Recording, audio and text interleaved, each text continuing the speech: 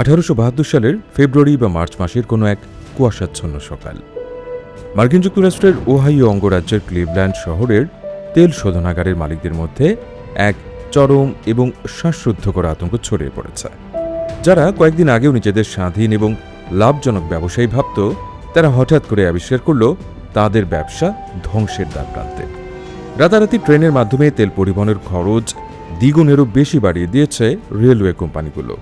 এই বাড়তি ভাড়ায় তেল পাঠালে প্রতিটি স্বাধীন তেল শোধনাগারের মালিক দেউলিয়া হয়ে যাবে। তারা যখন দিশেহারা হয়ে রেলওয়ে কোম্পানিগুলোর কাছে এর কারণ জানতে চাইল, তখন অন্ধকার থেকে বেরিয়ে এলো এক ভয়ঙ্কর সত্য। রেলওয়ে কোম্পানিগুলো একা এই কাজ করেনি। এই পুরো চক্রান্তের পেছনে রয়েছে সাউথ ইমপ্রুভমেন্ট কোম্পানি নামের একটি রহস্যময় ছায়া সংগঠন।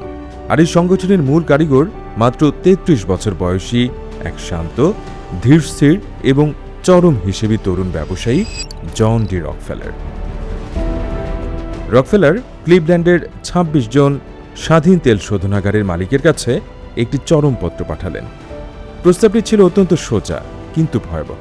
হয় তোমাদের কোম্পানি আমার কাছে বিক্রি করে দাও, আর নয়তো চিরতরে ধ্বংস হয়ে যাও। মাত্র 6 সপ্তাহের মধ্যে 26টি কোম্পানির মধ্যে 22টি কোম্পানি রকফেলারের কাছে আত্মসমর্পণ করতে বাধ্য হয়। ইতিহাসে এই ঘটনাটি পরিচিত ক্লিভল্যান্ড ম্যাসাকার নামে। কিন্তু কিভাবে? একজন সামান্য বুককিপার বা হিসাব রক্ষক থেকে শুরু করে কিভাবে জন ডেভিসন রকফেলার পৃথিবীর ইতিহাসে সবচেয়ে বড় মনোপলি বা একচেটিয়া সাম্রাজ্য গড়ে তুলেছিলেন? কিভাবে তিনি আমেরিকার রেলওয়ে ব্যারনদের নিজের হাতের পুতুলে পরিণত করেছিলেন? স্ট্যান্ডার্ড অয়েল নামক যে দানবীয় কর্পোরেশনটি তিনি তৈরি করেছিলেন, তা কিভাবে পুরো মার্কিন সরকারকে নিজের পকেটে পুরে ফেলেছিল? আর কেনই বা মার্কিন সুপ্রিম কোর্টকে বাধ্য হয়ে এই বিশাল সাম্রাজ্যকে ভেঙে 34 টুকরো করে ফেলতে হয়েছিল? এসব প্রশ্নেরই উত্তর জানার চেষ্টা করব আদ্যপান্তর আজকের পর্বে।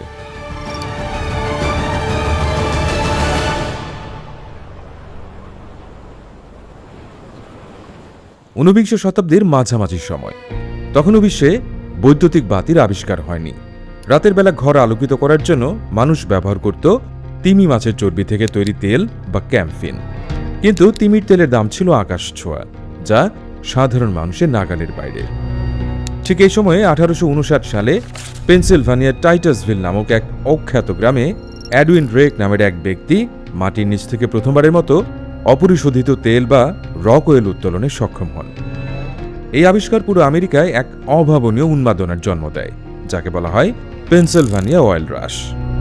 হাজার হাজার মানুষ রাতারাতি বড়লোক হওয়ার আশায় পেনসিলভানিয়ার কাদা আর কাদায় ভরা জঙ্গলগুলোতে ছুটে আসতে থাকে। যত্রতত্র তেলের কূপ খনন করা শুরু হয়, কিন্তু এই তেলের খনিগুলোতে কোনো শৃঙ্খলা ছিল না। আজ তেলের দাম হয়তো ব্যারেল প্রতি $10, কাল হয়তো তা নেমে দাঁড়ালো 10 সেন্টে। এই চরম বিশৃঙ্খলা এবং অস্থিরতার সময়ে ওহাইওর ক্লিভল্যান্ড শহরে বসে সবকিছু খুব গভীরভাবে পর্যবেক্ষণ করছিলেন 23 বছর বয়সী এক তরুণ জন ডি রকফেলার। রকফেলারের শৈশব ছিল অত্যন্ত অদ্ভুত এবং কষ্টে ভরা। তার বাবা উইলিয়াম এভরি রকফেলার ছিলেন একজন পেশাদার প্রতারক এবং ক্যানভাসার, যাকে মানুষ ডেভিল বিল বলে ডাকত। তিনি নিজেকে ক্যান্সার বিশেষজ্ঞ দাবি করে সাধারণ মানুষের কাছে ভুয়া ওষুধ বিক্রি করতেন। তিনি তার সন্তানদের সাথেও প্রতারণা করতেন, যাতে তারা পৃথিবীর বাস্তবতার কঠিন রূপটি শিখতে পারে।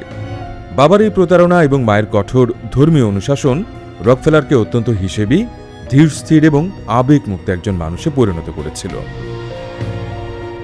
রকফেলার বুঝতে পেরেছিলেন তেলের কূপ খনন করাটা বোকাদের কাজ। এটি চরম ঝুঁকিপূর্ণ। আজ তেল আছে, কাল নেই। আসল ব্যবসা লুকিয়ে আছে তেল পরিশোধন বা রিফাইনিং এর মধ্যে। অপরিশোধিত তেল মানুষের কোনো কাজে আসে না। এই তেলকে শোধন করে কেরোসিন তৈরি করলেই তা সাধারণ মানুষের ঘরে আলো জ্বালাতে পারবে।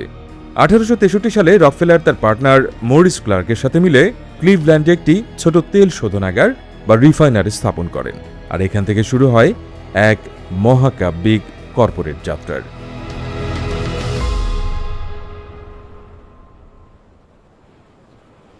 প্রথম থেকেই রকফেলারের ব্যবসার দর্শন ছিল সবার চেয়ে আলাদা। সেই যুগে বেশিরভাগ তেল শোধনাগারের মালিক ছিল অদূরদর্শী।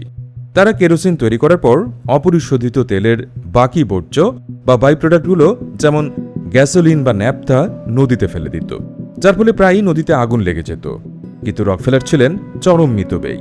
তিনি এক ফোঁটা তেলও অপচয় হতে দিতেন না। তিনি কেরোসিন তৈরি করার পর অবশিষ্ট বর্জ্য দিয়ে লুব্রিকেটিং অয়েল, পেট্রোলিয়াম জেলি, যা পরে পরিচিত হয় ভেসলিন নামে, মোমবাতি এবং আলকাতরা তৈরি করে বিক্রি করতে শুরু করলেন। এমনকি তিনি তার কারখানার জন্য ব্যারেল বা কাঠের ড্রাম অন্য জায়গা থেকে না কিনে নিজের কারখানাতেই তৈরি করা শুরু করলেন। এতে তার ব্যারেল প্রতি খরচ $2.5 থেকে নেমে দাঁড়ালো মাত্র 96 সেন্টে। এই চরম দক্ষতা এবং শৃঙ্খলার কারণে রকফেলারের উৎপাদন খরচ অন্য সবার চেয়ে বহুগুণে কমে যায়। 1870 সালের 10 জানুয়ারি তিনি তার ভাই উইলিয়াম রকফেলার এবং পার্টনার হেনরি ফ্ল্যাগলারকে নিয়ে আনুষ্ঠানিকভাবে গঠন করেন স্ট্যান্ডার্ড অয়েল কোম্পানি। এখানে স্ট্যান্ডার্ড বা মানসম্মত নামটি কেবল নামই ছিল না, সে যুগে কেরোসিনের মান ছিল খুবই খারাপ। প্রায়ই অপরিশোধিত এবং দাহ্য কেরোসিন ল্যাম্পের ভেতর বিস্ফোরিত হয়ে মানুষের ঘরবাড়ি পড়ে যেত। রকফেলার তার গ্রাহকদের এই গ্যারান্টি দিলেন যে স্ট্যান্ডার্ড অয়েলের কেরোসিন সবসময় এক মানের এবং সম্পূর্ণ নিরাপদ। এই নামের জোরে এবং দক্ষতায় স্ট্যান্ডার্ড অয়েল খুব দ্রুতই ক্লিভল্যান্ডের সবচেয়ে বড় শোধনাগারে পরিণত হয়। কিন্তু রকফেলারের স্বপ্ন ক্লিভল্যান্ডে সীমাবদ্ধ ছিল না। তিনি চাইছিলেন পুরো আমেরিকার তেলের বাজার একা নিয়ন্ত্রণ করতে। আর তার এই স্বপ্নের পথে সবচেয়ে বড় হাতিয়ার হয়ে দাঁড়ালো সে যুগের আরেক দানব, রেলপথ বা রেলওয়ে কোম্পানিগুলো।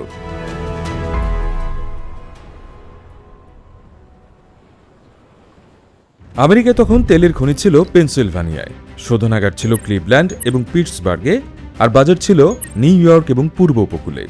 এই বিশাল পথ পাড়ি দিয়ে তেল পরিবহনের একমাত্র উপায় ছিল রেলগাড়ি। সে সময় আমেরিকা রেলপথ নিয়ন্ত্রণ করত 3 জন মহাশক্তিধর railway baron: New York Central রেলওয়ের কর্নেলিয়াস ভ্যান্ডারবিল্ট, পেনসিলভানিয়া রেলরোডের টম স্কট এবং এরি রেলরোডের জে গুল্ড।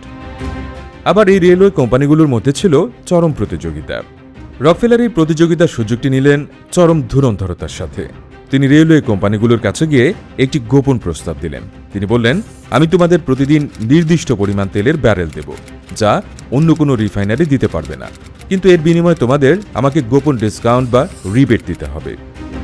রেলওয়ে মালিকরা এই প্রস্তাবে রাজি হয়ে গেল, কিন্তু রকফেলারের মাস্টার স্ট্রোক এখানেই শেষ ছিল না।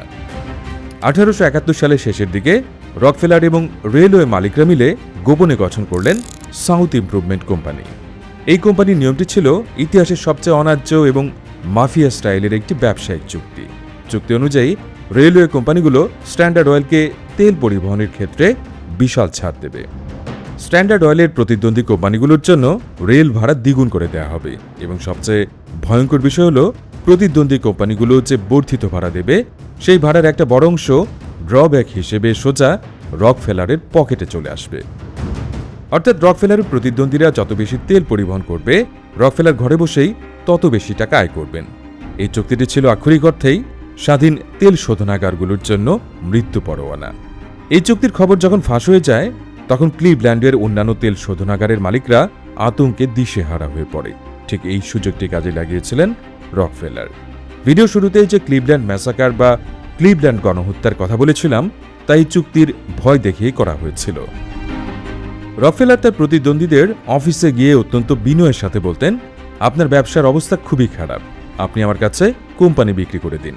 আমি আপনাকে স্ট্যান্ডার্ড অয়েলের শেয়ার দেব অথবা নগদ টাকা দেব। বিক্রি না করলে আপনি ধ্বংস হয়ে যাবেন। বেশিরভাগ মালিকই ভয় পেয়ে তাদের কোম্পানি পানির দামে রকফেলারের কাছে বিক্রি করে দেয়। যারা বিক্রি করেনি, রকফেলার অত্যন্ত নির্মমভাবে তেলের দাম কমিয়ে তাদের বাজার থেকে চিরতরে মুছে দেন। মাত্র কয়েক মাসের মধ্যে ক্লিভল্যান্ডের তেলের বাজার পুরোপুরি রকফেলারের একক নিয়ন্ত্রণে চলে আসে।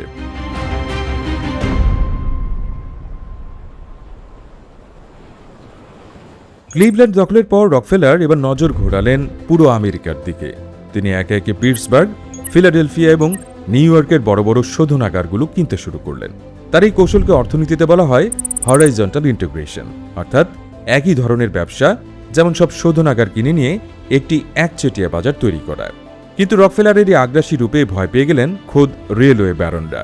বিশেষ করে পেনসিলভানিয়া রেলরোডের মালিক টম স্কট বুঝতে পারলেন যে রকফেলার এত বড় দানব হয়ে উঠেছেন যে তিনি চাইলে পুরো রেলওয়ে খাতকেও জিম্মি করে ফেলতে পারেন। টম স্কট রকফেলারের একচেটিয়া আধিপত্য ভাঙার জন্য নিজেই তেল পরিশোধন ব্যবসায় নামার সিদ্ধান্ত নিলেন এবং পেনসিলভানিয়া স্বাধীন তেল উত্তোলকদের সাথে হাত মেলালেন। রকফেলার এই ঘটনাকে দেখলেন তার সাম্রাজ্যের উপর সরাসরি আক্রমণ হিসেবে। তিনি টম স্কটকে ধ্বংস করার জন্য এক অভিনব এবং যুগান্তকারী পদক্ষেপ নিলেন। তিনি ভাবলেন, রেলওয়ের উপর নির্ভর করাই তো আমার দুর্বলতা। যদি আমি তেলের খনি থেকে শোধনাগার পর্যন্ত সরাসরি পাইপলাইন বসিয়ে ফেলি, তবে রেলগাড়ির আর কোনো প্রয়োজনই থাকবে না। শুরু হলো ইতিহাসের বিখ্যাত পাইপলাইন ওয়ার বা পাইপলাইন যুদ্ধ। রকফেলার গোপনে হাজার হাজার মাইল লম্বা তেলের পাইপলাইন বসাতে শুরু করলেন। এটি ছিল সে যুগের একটি বিস্ময়কর প্রযুক্তিগত সাফল্য। রেলওয়ে কোম্পানিগুলো তাদের ব্যবসা বাঁচানোর জন্য ভাড়াটে গুন্ডা লাগিয়ে রকফেলারের পাইপলাইন ভাঙার চেষ্টা করল, কিন্তু রকফেলারের সম্পদের পাহাড় এবং সংগঠনের সামনে তারা দাঁড়াতেই পারল না। পাইপলাইন চালু হওয়ার পর রেলপথে তেল পরিবহন প্রায় শূন্যের কোঠায় নেমে এলো, অর্থাৎ চরম আর্থিক লোকসানে পড়ল টম স্কটের পেনসিলভানিয়া রেলরোড। স্কট নিজেও মানসিক ও আর্থিকভাবে ভেঙে পড়েন। পাইপলাইন তৈরির মাধ্যমে রকফেলার তার ব্যবসার মডেলকে সম্পূর্ণ বদলে দিলেন। তিনি তখন শুধু শোধনাগারই কিনছিলেন না, তিনি তেলের খনি, পাইপলাইন, তেলবাহী রেলবগি, গুদামঘর এবং বিক্রয় কেন্দ্র সবকিছুই নিজের দখলে নিয়ে নিচ্ছিলেন। অর্থনীতির ভাষায় একে বলা হয় ভার্টিক্যাল ইন্টিগ্রেশন। অর্থাৎ তেল তোলা থেকে শুরু করে একজন সাধারণ মানুষের ঘরের ল্যাম্পে কেরোসিন পৌঁছানো পর্যন্ত পুরো সাপ্লাই চেইনের প্রতিটি ধাপ স্ট্যান্ডার্ড অয়েলের একক নিয়ন্ত্রণে চলে আসে।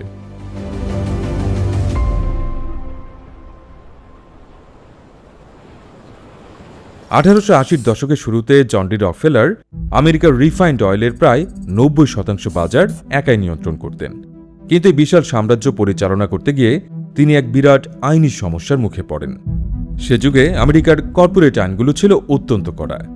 ওহাইও অঙ্গরাজ্যের আইনে পরিষ্কার বলা ছিল যে ওহাইওতে নিবন্ধিত কোনো কোম্পানি অন্য কোনো অঙ্গরাজ্য, যেমন নিউ ইয়র্ক বা পেনসিলভানিয়ার কোম্পানির শেয়ার কিনতে বা মালিকানা নিতে পারবে না। কিন্তু রকফেলারের স্ট্যান্ডার্ড অয়েল তো পুরো আমেরিকায় ছড়িয়েছিল। তাহলে আইনিভাবে তিনি কিভাবে এই বিশাল সাম্রাজ্যের মালিকানা দাবি করবেন? এই চরম সংকটের মুহূর্তে ত্রাতা হয়ে এলেন রকফেলারের অত্যন্ত ধুরন্ধর আইনজীবী স্যামুয়েল ডড। ডড এক অভিনব এবং চতুর আইনি ফাঁক বা লুপ হোল বের করলেন। তিনি উদ্ভাবন করলেন কর্পোরেট ইতিহাসের অন্যতম কুখ্যাত এক আইনি কাঠামো, দ্য ট্রাস্ট। 1882 সালে গঠন করা হয় স্ট্যান্ডার্ড অয়েল ট্রাস্ট। নিয়মটি ছিল এমন: ওহাইও, নিউ ইয়র্ক, পেনসিলভানিয়া বা অন্য যে কোনো অঙ্গরাজ্যে থাকা স্ট্যান্ডার্ড অয়েলের ছোট বড় সাবসিডিয়ারি কোম্পানিগুলোর শেয়ার তাদের মূল মালিকদের হাতে থাকবে না। এই শেয়ারগুলো ট্রাস্টি বোর্ড নামের 9 জন ব্যক্তির হাতে ন্যস্ত করা হবে। এই 9 জনের প্রধান হবেন স্বয়ং জন ডি রকফেলার। বিনিময়ে মূল মালিকদের একটি ট্রাস্ট সার্টিফিকেট দেওয়া হবে, যা দিয়ে তারা লভ্যাংশ পাবেন। এই জাদুকরী আইনি কাঠামোর ফলে কাগজে কলমে ওহাইওর স্ট্যান্ডার্ড অয়েল কোম্পানি অন্য কোনো অঙ্গরাজ্যের কোম্পানির মালিক হল না, কিন্তু বাস্তবে ওই 9 জন ট্রাস্টি নিউ ইয়র্কের ম্যানহাটনে 26 ব্রডওয়ের একটি গোপন অফিসে বসে পুরো আমেরিকার তেলের বাজার নিয়ন্ত্রণ করতে শুরু করলেন। স্ট্যান্ডার্ড অয়েল ট্রাস্ট ছিল একটি ছায়া সরকার, একটি অদৃশ্য সাম্রাজ্য, যাকে কোনো একক অঙ্গরাজ্যের আইন দিয়ে ধরা সম্ভব ছিল না। এই ট্রাস্ট মডেলটি এতই সফল হয়েছিল যে পরবর্তীতে আমেরিকার অন্যান্য শিল্পেও, যেমন sugar trust, tobacco trust, steel trust, এই একই মডেল অনুসরণ করে একচেটিয়া মনোপলি গড়ে তোলা হয়। রকফেলারের এই ট্রাস্ট হয়ে ওঠে আমেরিকান পুঁজিবাদের সবচেয়ে পরাক্রমশালী এবং অদম্য দানব।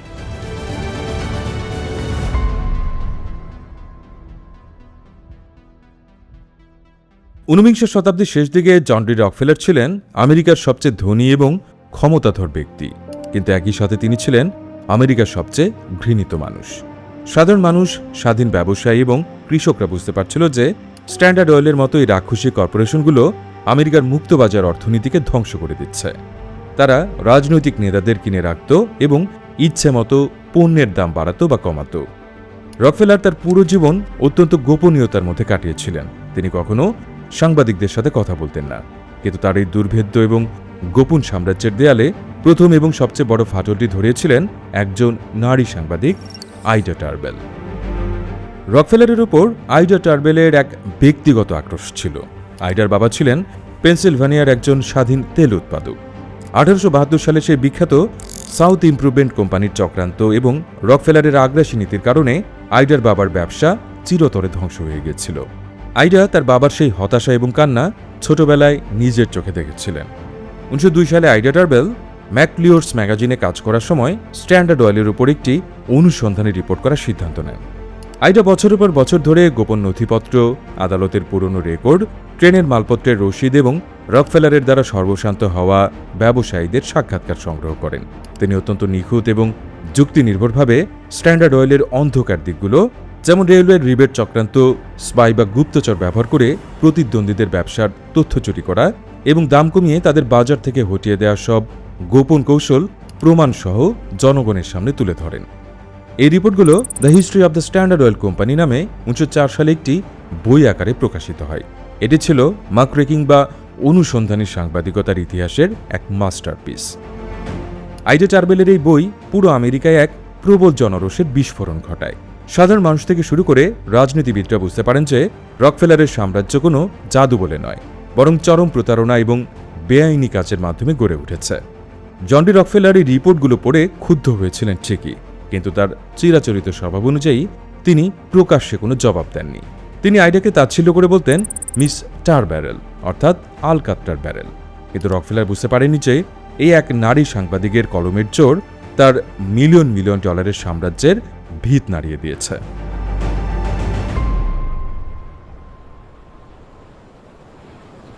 আইডা টারবেলের রিপোর্টের পর আমেরিকার রাজনৈতিক অঙ্গন নড়ে চড়ে বসে। সে সময় ক্ষমতায় আসেন প্রেসিডেন্ট থিওডোর রুজভেল্ট, যিনি ট্রাস্ট বাস্টার বা মনোপলি ধ্বংসকারী হিসেবে পরিচিত ছিলেন।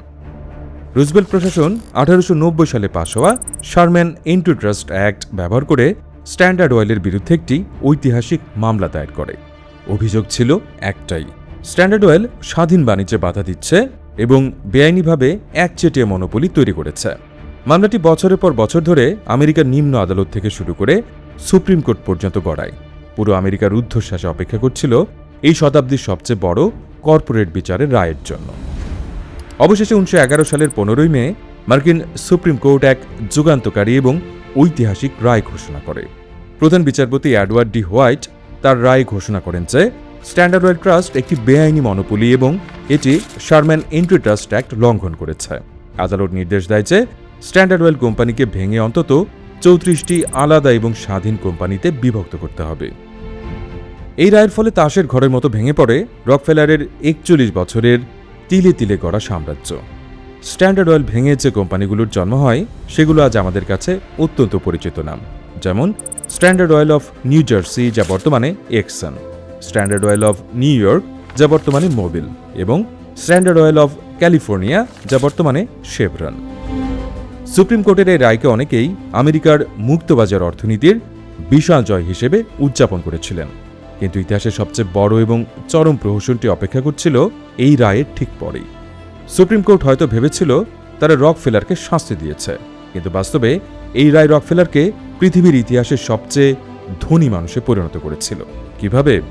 স্ট্যান্ডার্ড অয়েল যখন একটি অখণ্ড কোম্পানি ছিল, তখন তার শেয়ারের দাম বাজারের নিয়ন্ত্রণের কারণে কিছুটা অবমূল্যায়িত ছিল, কিন্তু যখন একে 34টি ছোট এবং স্বাধীন কোম্পানিতে ভাগ করে শেয়ার বাজারে ছাড়া হলো, তখন বিনিয়োগকারীরা বুঝতে পারল যে এই প্রতিটি কোম্পানির আলাদা আলাদা মূল্য অনেক বেশি।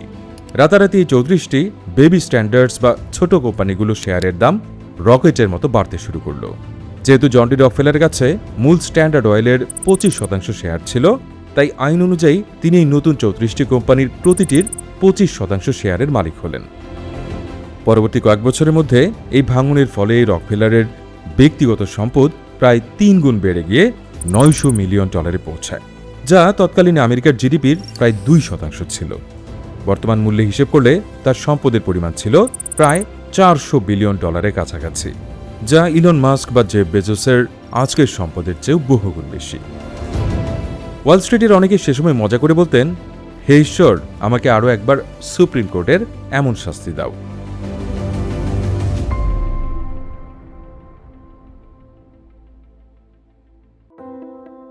জন ডি রকফেলারের জীবনের শেষ দিকটা ছিল তার প্রথম জীবনের সম্পূর্ণ বিপরীত।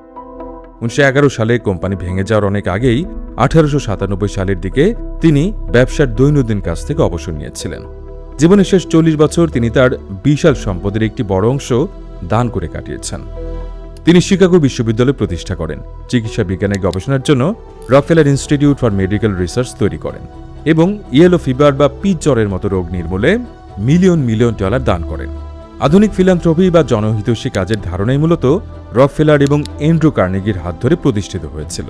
কিন্তু রকফেলারের আসল উত্তরাধিকার কি শুধু তার দানশীলতা? না, জন ডি রকফেলার পুরো বিশ্বকে দেখিয়ে দিয়েছিলেন যে একটি প্রাইভেট কর্পোরেশন কতটা নিখুঁত, কতটা শক্তিশালী এবং কতটা নির্মম হতে পারে।